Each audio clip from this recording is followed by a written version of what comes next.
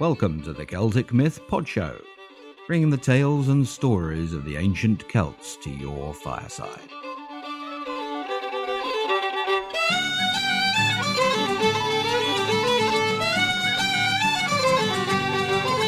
Episode 47, Blood on the Land.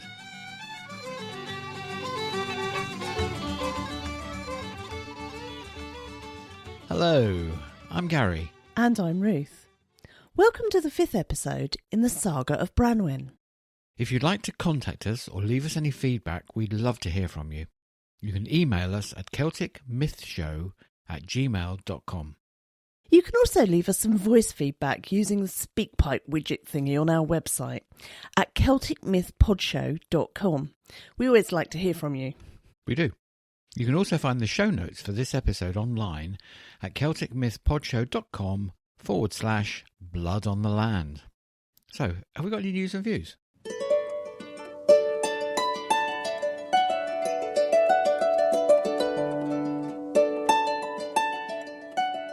Well, funny you should say that. As some of us are still spending a lot of time at home, we wanted to talk to you about some of the super online music and the shows that you can find to help you survive. There are lots of bands holding live concerts on Facebook. So far, the super Aussie band Spiral Dance have held 2 concerts. Fabulous Dave the Bard is holding regular house concerts. We'll hear a bit more about Dave later. And Celia and Tuatha Dea, along with some other bands, held an online pub crawl playing their amazing music. Some of the past concerts can still be found on YouTube too. Lots of these events are actually free to watch. Due to the coronavirus, many musicians have now found all of their gigs for this year have been cancelled. So, if you can, please support these artists by donating a little to their tip jar or the busker's hat. It's well worth keeping an eye on your favourite band or singer's Facebook pages to find out when their online concerts are going to be held. Let's do our best to support them in these difficult times. You'll find links to those we've mentioned in the show notes. You will.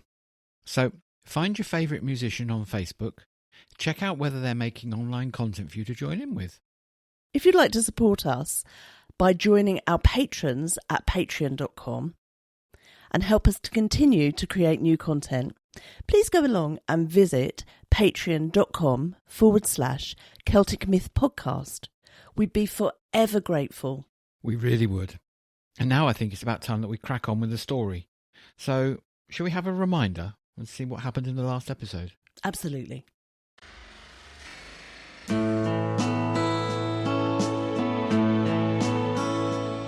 knew that Bran and her brothers loved her deeply, and their choice would be the right one for her.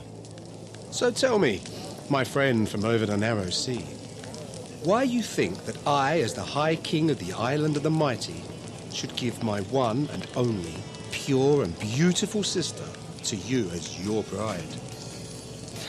Well, Erin has a mighty horde of warriors, and each is a champion, my lord. The mountains of Erin have withstood the ravages of many invasions.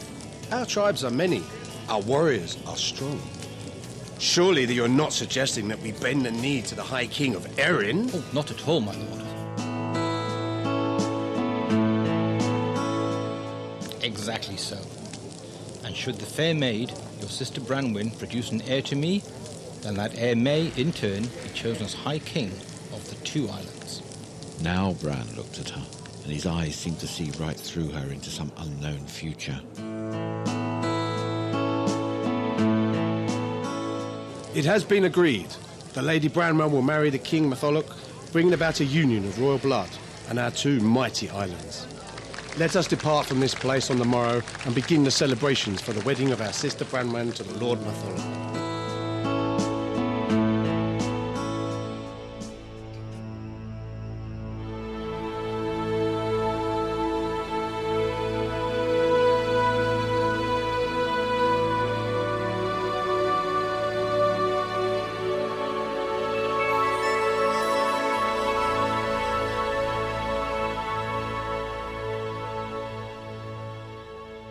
In the dark of the night, when the bodies of 2 lovers entwine, a strong magic is born that is older than the hills. It blooms like a fresh rose when their skin glows velvet smooth in the light of 100 candles. It rushes up in waves amongst bundled furs, and it shines brightly in their eyes when their gazes lock. When they finally sleep, with unruly, sweat-soaked hair flung around each other like a wet hood as shadows, their dreams are deep and filled with an unknowable peace. So it was with Branwen and Matholwch. As the bright fire of dawn began to shine through the fields of pitched tents, they awoke in each other's arms.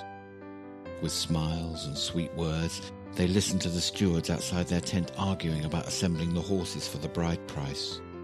Matholwch arose, pulled on his trews and shirt before striding out to take part in a discussion about his horses. He, Bran and the stewards agreed that the horses would be quartered in every available place to hand, right down to the sea. Stable hands were billeted with them, and provisions were allocated for the well-being of these most noble of beasts. It was not long after this that Nissien and Efnissien returned from Rome, their ship gliding into port. The twins disembarked, and not finding the family at Harlech, Nissien headed off to Aberfrau to join his brothers and sisters. Efnissien declared that he would stay in Harlech for a while before heading off to the wedding negotiations. It was hard for him to find pleasure among the hustle and bustle of the royal court, especially when his fine brothers and beautiful sister were not here, and he began to brood about the sorry path that the fates had seen fit to lay before him. He could tease and encourage discord among the servants for only so much, though, and in an even blacker mood he strolled through the mud and off into the hills. It was on one of his long walks that Efnissien came across a field filled with the finest and noblest horses he had ever seen. He knew horses well, and their strong, gentle inner peace often smoothed Efnissien's troubled breast. As he approached, he spotted the two grooms brushing their silky coats and talking to the horses with gentle words. Efnissien strode towards them. You there! Yes, my lord Efnissien. Tell me, who owns these fine steeds? They belong to Matholwch, High King of Fair Erin. What are they doing here? They are the bride price for the hand of Branwen. The marriage is agreed and Matholwch has slept with your sister. These are his horses. So this is what they have done with a maid, as fair and as good as her? My own sweet sister, sold without my consent. Am I not kin? My brothers could not have insulted me more. With that, Efnissien withdrew his dirk, grabbed hold of the stable boy and repeatedly stabbed him. The other Irish groom started running like the wind and made his way back to the crowds at Aberfrau for safety. And then Efnissien walked into the paddock and admired the fine, oh so very fine steeds that the Irish king had brought to the Island of the Mighty. And although they whickered at the smell of blood on his dirk, his fey blood calmed them. Efnissien knew horses very well, and he was an excellent horseman. And one by one, he hobbled those noble steeds so they could not run. He started striking at the horses. He sliced their lips back to their teeth and their ears back to their heads and their tails to their backs, and wherever he could get a grip on their eyelids, he would cut these back to the bone. One by one, with the screams of the mutilated horses and the bitter smell of freshly spilled blood in his nostrils, Efnissien attacked all of the horses in the paddock. In this way, his flashing blade maimed them all so that these fine, beautiful horses would no longer hold any value as a bride price. Their distress and blood loss would make them of no further use to anyone. Efnissien smiled to himself in glee, sure that the betrothal would now be broken. Now let the marriage proceed. In ages long gone by, when the greenery on the mountainsides was untouched by the works of man, when the sun gleamed brightly from the newly made mountain peaks and the rivers ran sparkling and sweet to the sea, the first ones arrived to dance on the mother's green mantle.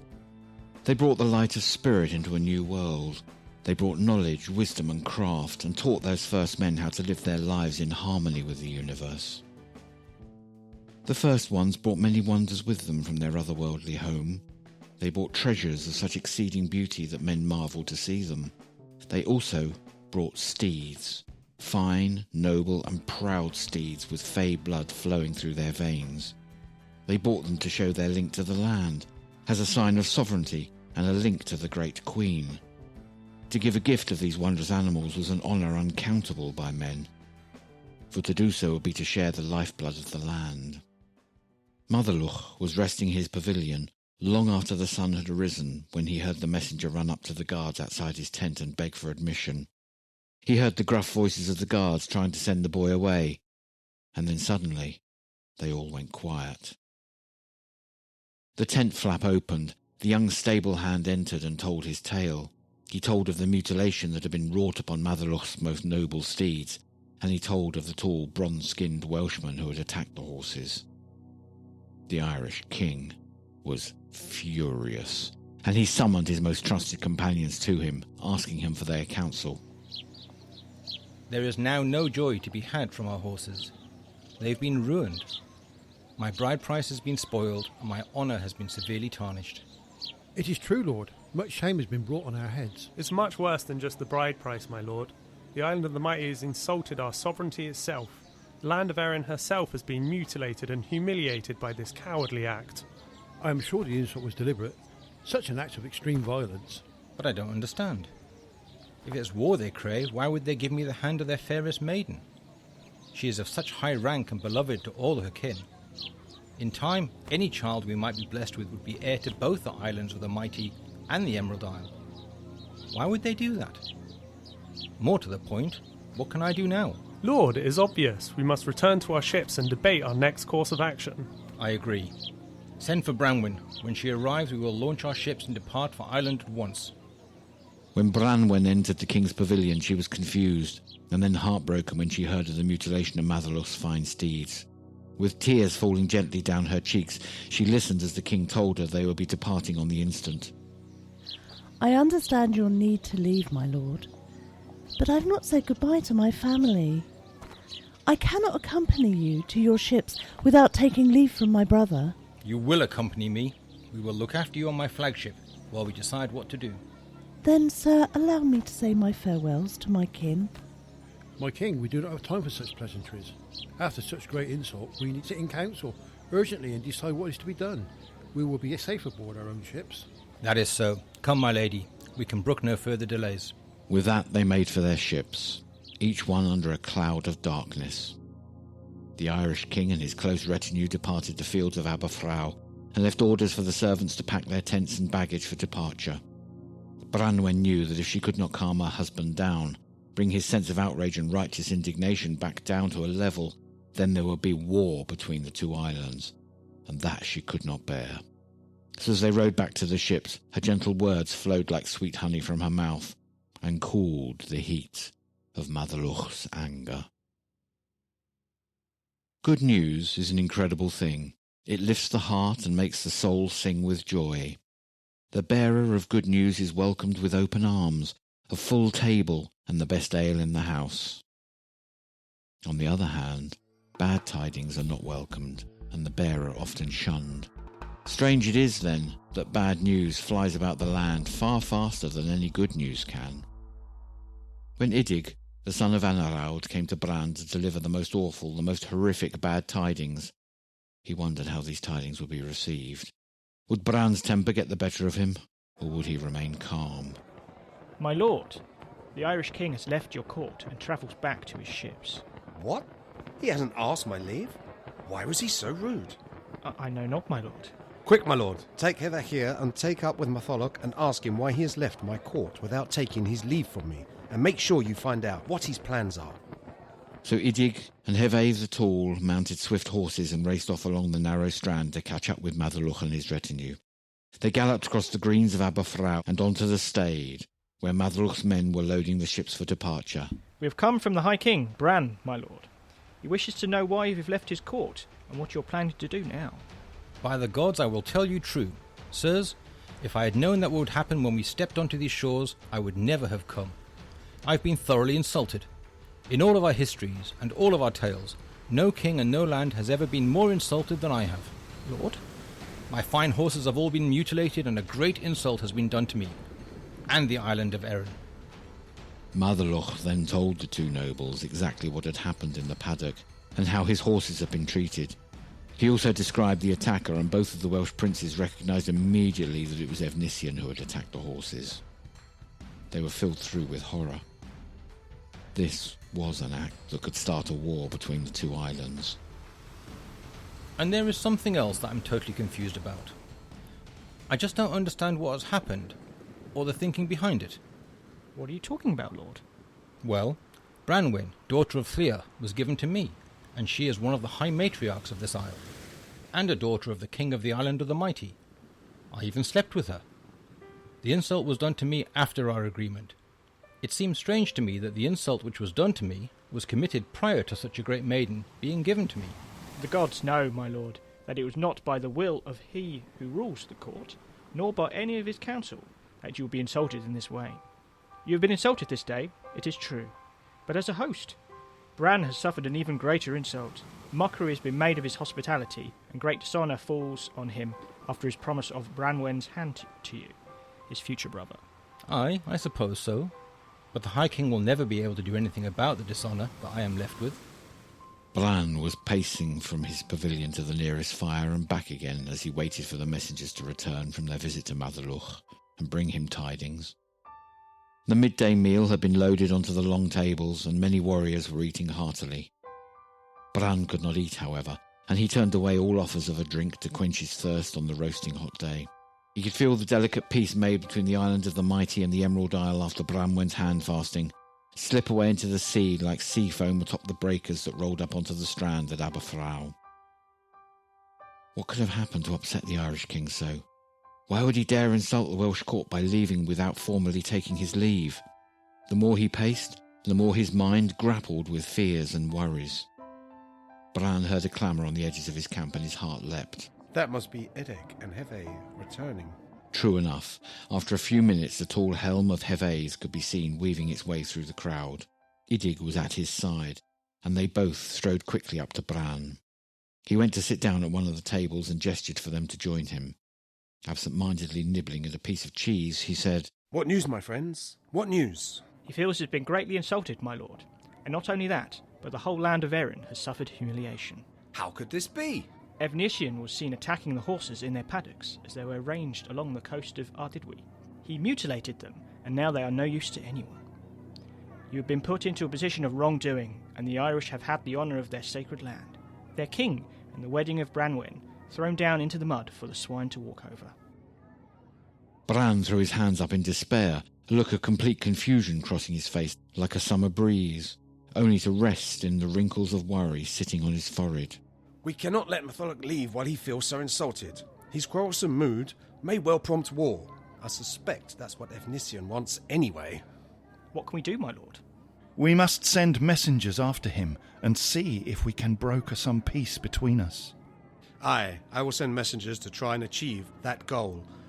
Manawyddan, son of Llyr, take Hefed the Tall, and rouse Unig Strongshoulder to go after him. Yes, Lord. Make sure you tell him that we'll give him a fine and healthy horse for each of his that are ruined, and together with that, as an honour payment, he will get a silver rod as thick as his little finger and as tall as himself, and a gold plate as broad as his face. We will do so, my brother. Tell him about Efnissien and the kind of man he is and who did this terrible deed. Make sure he knows that it is against my will. Tell him that this was my own half-brother who committed this atrocity, and as such, it is not easy for me to kill or destroy him. I am bound by a kin law not to harm him. And if he seems reluctant, my lord? Let him come and meet me, and I will make peace on whatever terms he might desire. So the messengers set out for the Irish ships. Bran watched them depart, the three nobles with their retinues riding for the long sandy beaches of Aberfraw, where the Irish fleet had either lain at anchor or had rested on the soft sand.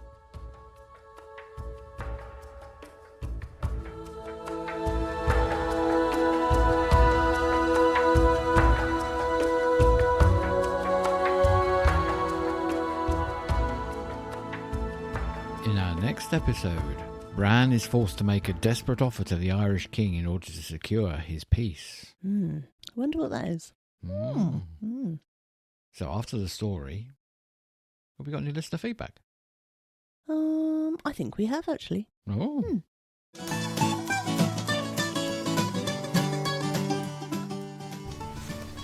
Hello, Gary and Ruth. Just wanted to say a huge thank you for your show. I recently found Celtic Myth Podshow and have absolutely loved it. I especially wanted to say thank you for all your work that you put in on the first half of the story of Porch, as I was able to take your show as inspiration for my own radio show style project for my folklore and mythology final here in college. So a huge thank you again. I was definitely not able to do a 2 to 3 hour production like your guys. Mine was only about 20 minutes. But here's hoping I get an A. You guys are lovely, and thank you again for everything you do. Bye-bye. Hi, Chris. Thank you so much for sending your feedback. We hope that your project went well and that you did get an A. Let us know how you got on. We'd love to know. Yes, we would. We hope you're continuing to enjoy the shows. Thank you. I think it's time now for a promo. So let's have a listen to Colin and Ian introduce the Magical Crone's Porch podcast. Hi, I'm Colin. Hi, I'm Ian. And welcome to the Crone's Porch. Pull up a rocking chair. Throw on your favorite lap blanket. Well, we have a monthly chat about paganism, magic, and the Crone path. Join us while we explore the depths of what it means to be a crone and how we're trying to figure that out. How we work with magic and walk our pagan's paths. And how we explore cultural traditions, both past and present.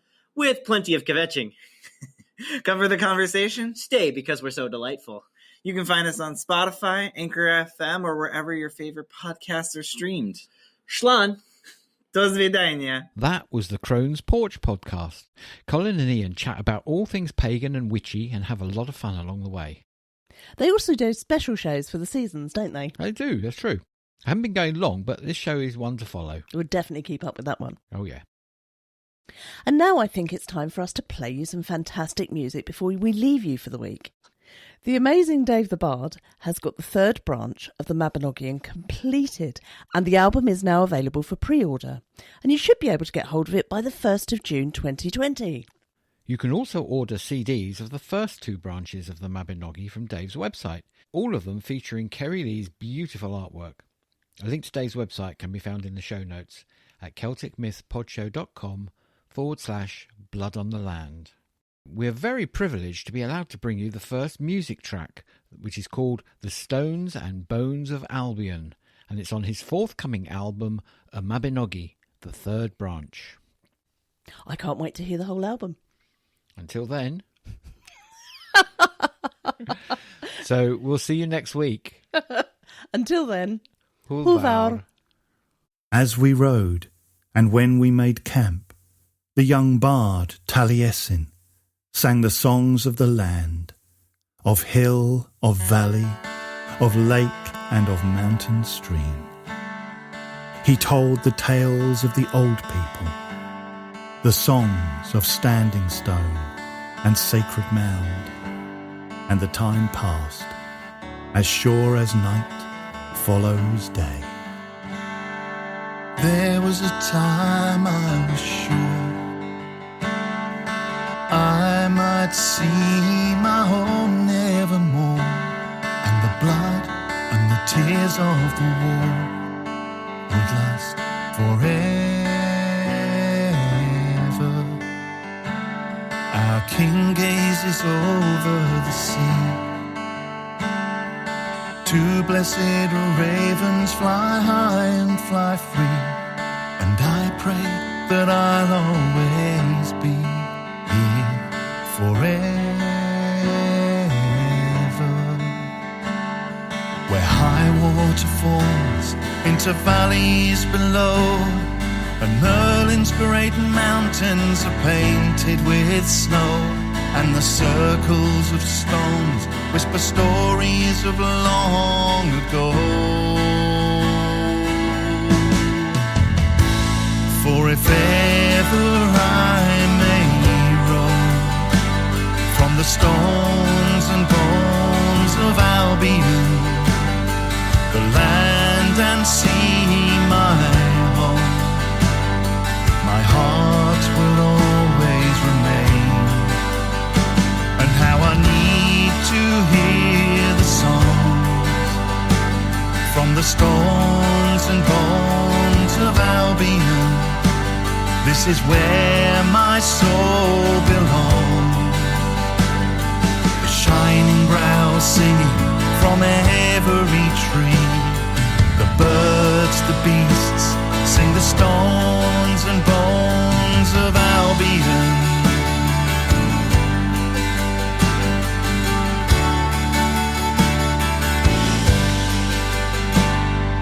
Hear as the song of the wind joins with the voice of the bard as he sings of magic and cauldrons and kings forever. Sing of the wisdom of trees, how the druids told all of their lore to the bees, reflected in all that he sees forever. And high waterfalls into valleys below, and Merlin's great mountains are painted with snow, and the circles of stones whisper stories of long ago. For if ever I may roam from the stones and bones of Albion, the land and sea my home, my heart will always remain. And how I need to hear the songs from the stones and bones of Albion. This is where my soul belongs. The shining brows singing from every tree. The birds, the beasts, sing the stones and bones of Albion.